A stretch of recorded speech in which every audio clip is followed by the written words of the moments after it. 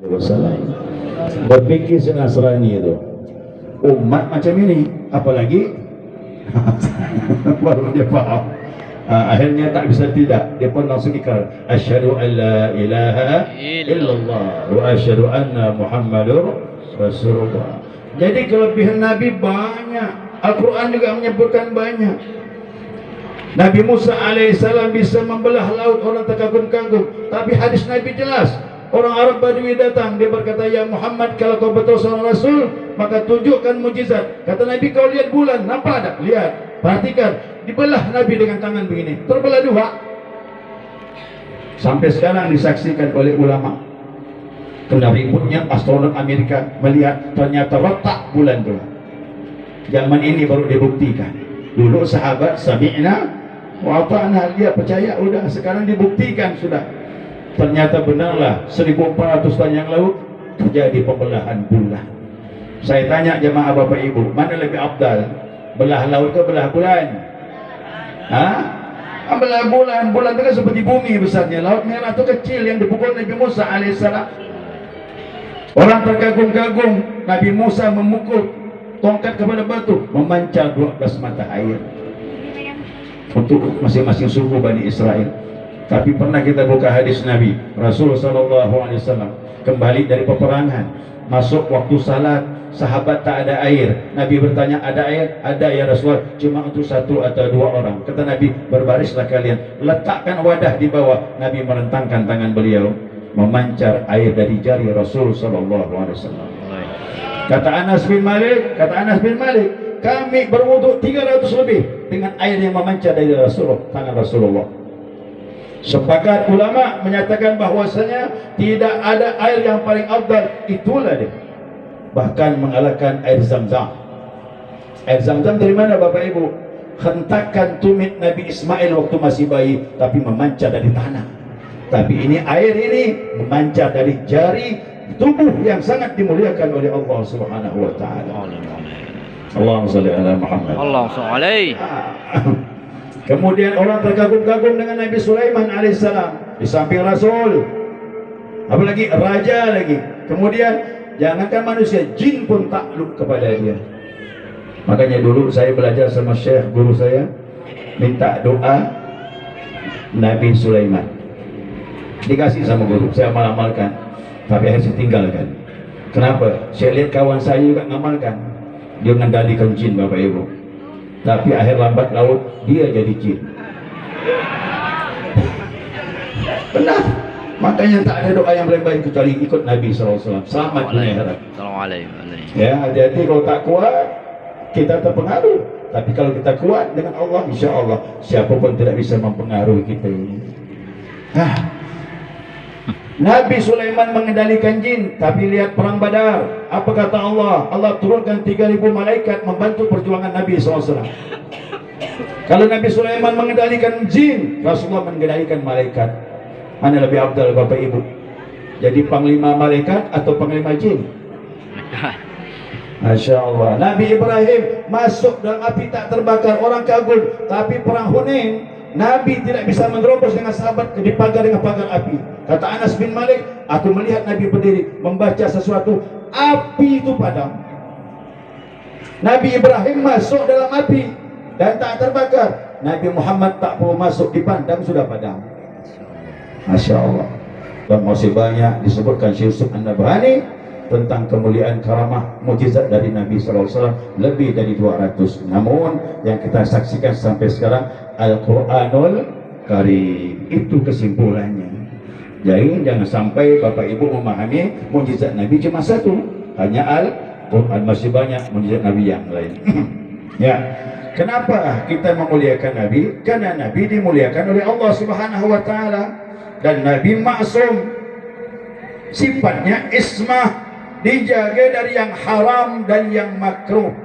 Dirinya disebut maksum. Kalaupun di sini ada nama Pak Maksum, kiai juga banyak nama Kiai Maksum, banyak. Tapi ingat, tak dijamin, bisa salah. Namun sebaik-baik orang yang salah, yang cepat kembali kepada Allah Subhanahu wa taala. Tapi Rasulullah Masya Allah di setel sudah. Nah, nanti saya tanya jemaah, boleh tak ikut Ustaz Awak? Boleh, selama yang benar. Kalau pernah salah, jangan yang salahnya diikut. Ingat ya jemaah, Bapak Ibu, oh saya salah jangan lari. Maklumlah kalau guru tergelincir, murid lari semua. Nah, Faridin Al-Attar, dia mengarang kitab tentang gurunya. Gurunya tergelincir, mengawini perempuan Nasrani, bahkan sempat pindah agama gurunya itu. Tapi dia bermunajat bersama murid-murid yang lain setiap hari di Jabal Abu Qubais di Mekah. Ya Allah, kembalikan guru kami.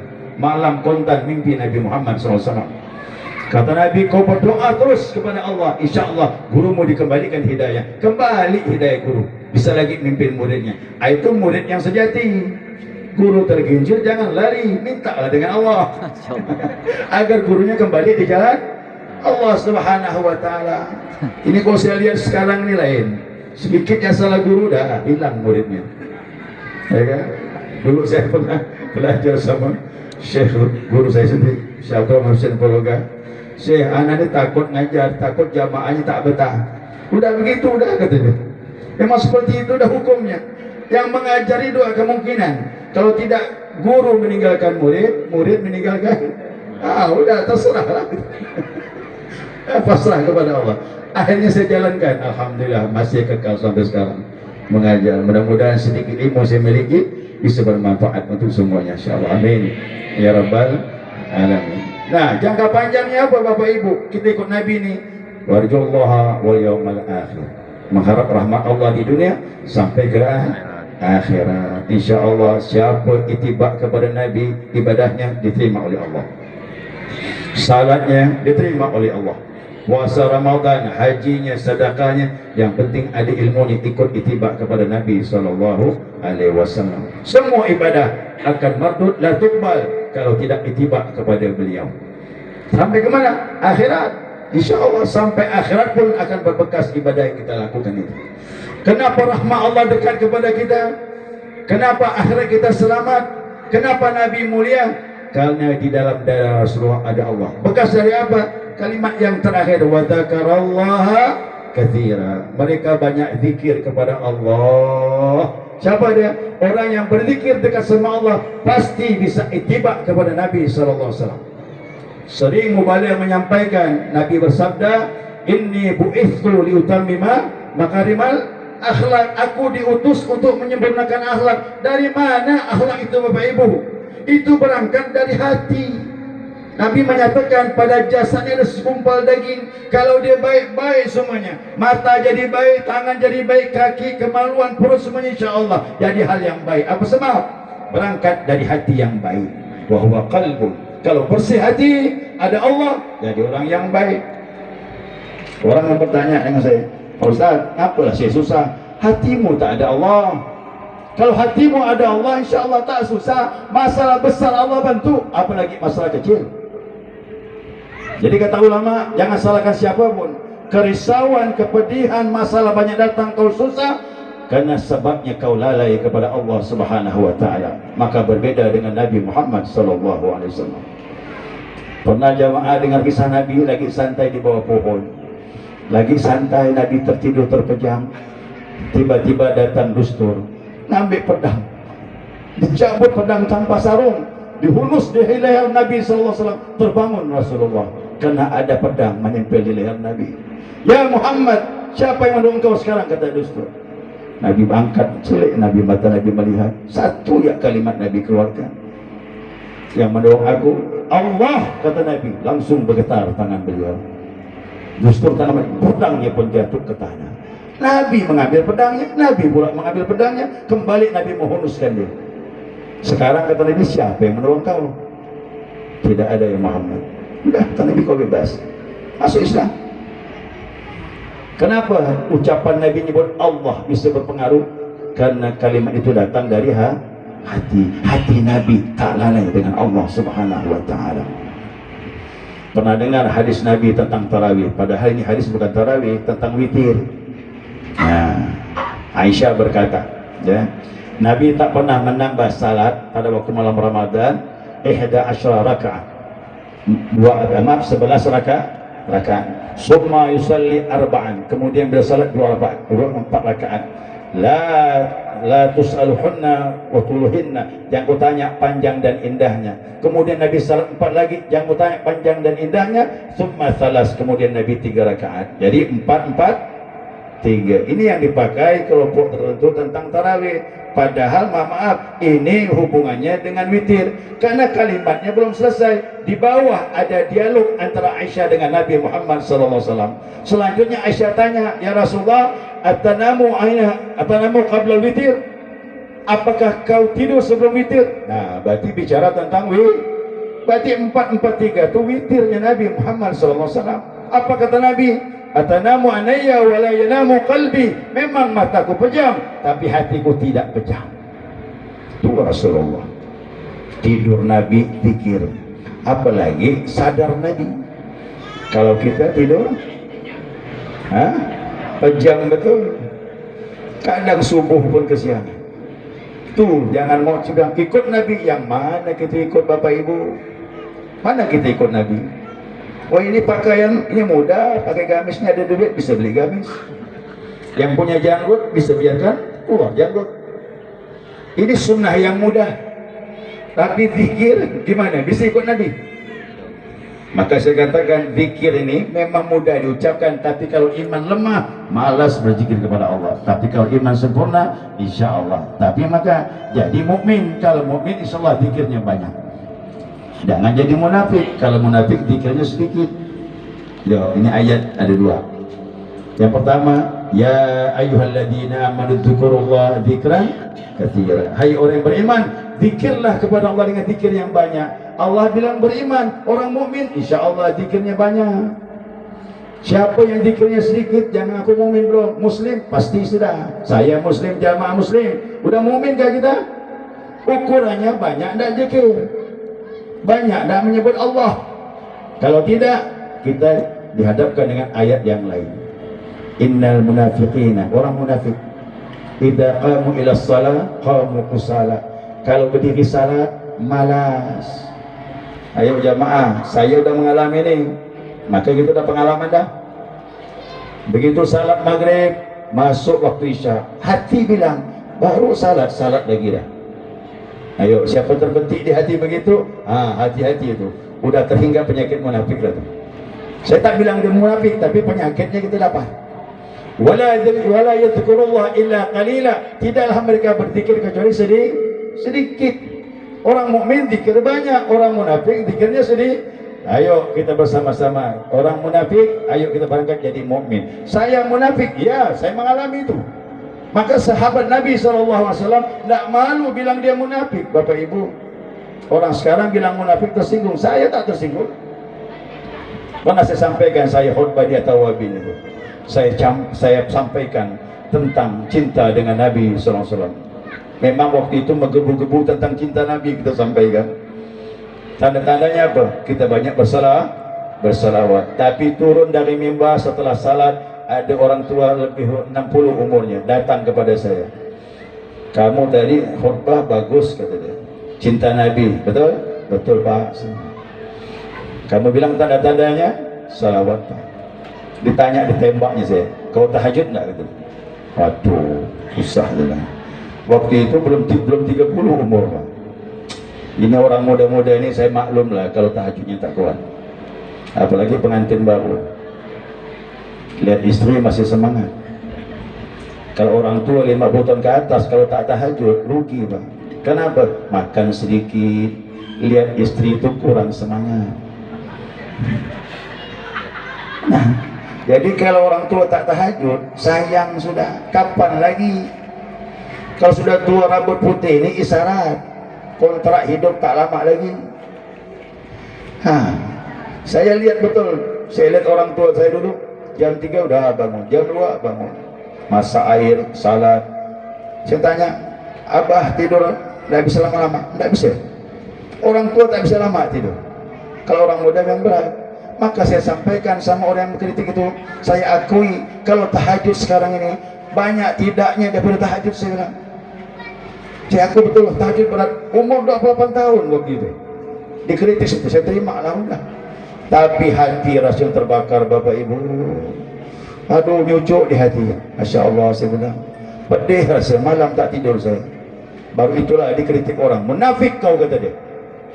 Kau ngaku cinta Nabi, tapi malam kau tak bangun tahajud sujud kepada Allah. Dah Bapak Ibu, mau diapakan dah, terima lah dah. Kau saya lawan ni mah. Apa hikmah saya khutbah tadi itu? Yang kedua ini orang tua lagi. Saya belajar tauhid juga sama Syekh dahulu. Ingat, af'al Allah ada pada makhluk. Kalau orang mengkritik itu hakikatnya dengan izin, udah terima lah udah. Mudah-mudahan pahit tak jadi obat. Ya, saya senang juga pahit jadi obat. Kalau manis jadi sirup, nanti lama-lama panas leher jadi penyakit. Saya alami itu pahit. Dan sahabat juga begitu, dia mengakui dia munafik. Hanzalah, sahabat Nabi radhiyallahu anhu. Waktu aku berada di Masjid Nabawi, aku lihat Rasulullah berkhutbah. Dalam khutbah Nabi bercerita tentang akhirat. Karena hebatnya penyampaian Nabi, aku merasakan seolah-olah akhirat ada di hadapanku, katanya. Nabi cerita tentang kematian, seolah aku menghadapi kematian. Nabi bercerita tentang alam barzah, seolah-olah aku sudah berada di alam barzah. Imanku bertambah, takwaku meningkat. Tapi tatkala aku kembali ke rumah, mandang istri, mandang anak, kembali lagi. Sama Pak, kita juga begitu, sahabat juga begitu. Maka Hanzalah berkata, tepuk dadanya. Hanzalah munafik. Pulang ke rumah di jalan, Hanzalah munafik, tepuk dada, Hanzalah munafik. Sampai Abu Bakar melihatnya. Hei Hanzalah, kenapa kau menuduh dirimu munafik? Aku ya Abu Bakar dekat dengan Nabi, imanku bertambah. Kalau kembali ke rumah, mandang istri, mandang anak, hilang lagi habisnya. Kata Abu Bakar, aku tak berani jawab. Ayo kita menghadap Nabi, dibawa di hadapan Nabi. Sampaikan Abu Bakar tentang Hanzalah ini.